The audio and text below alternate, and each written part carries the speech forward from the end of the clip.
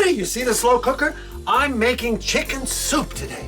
And chicken soup is one of the easiest ways to lose weight, you know? It's low in calories, it's chicken, it is vegetables for fiber, and it's everything that helps you to lose weight. You eat it, put it with some noodles, put it with some orzo, acini de pepe, and it's easy to make if you do it in the slow cooker.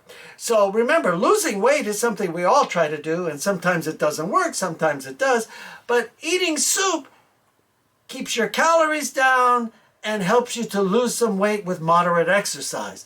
I'm no doctor, but I'll tell you this much. I've been doing it for all these years, and I'm 72 coming up on this, and look at me.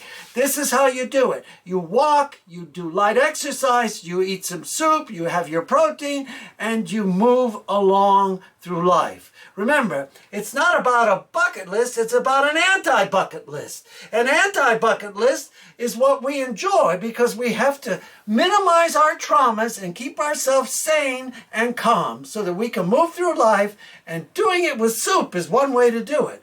And there we go. So this is Peter Carpitos. Remember, you need to hit the subscribe button. I know you're all watching. I see thousands of views out there, but I need you to sign up and join our train. Our train used to be the Sierra Nevada train that went through the Sierra Nevadas when all the snow came, and it was on the side of the cliffs, and it ended up in Reno, and then from Reno it went to Montana, and it worked its way through, before that, from Utah to Montana. But you know what? This is the train that I am the chief engineer of.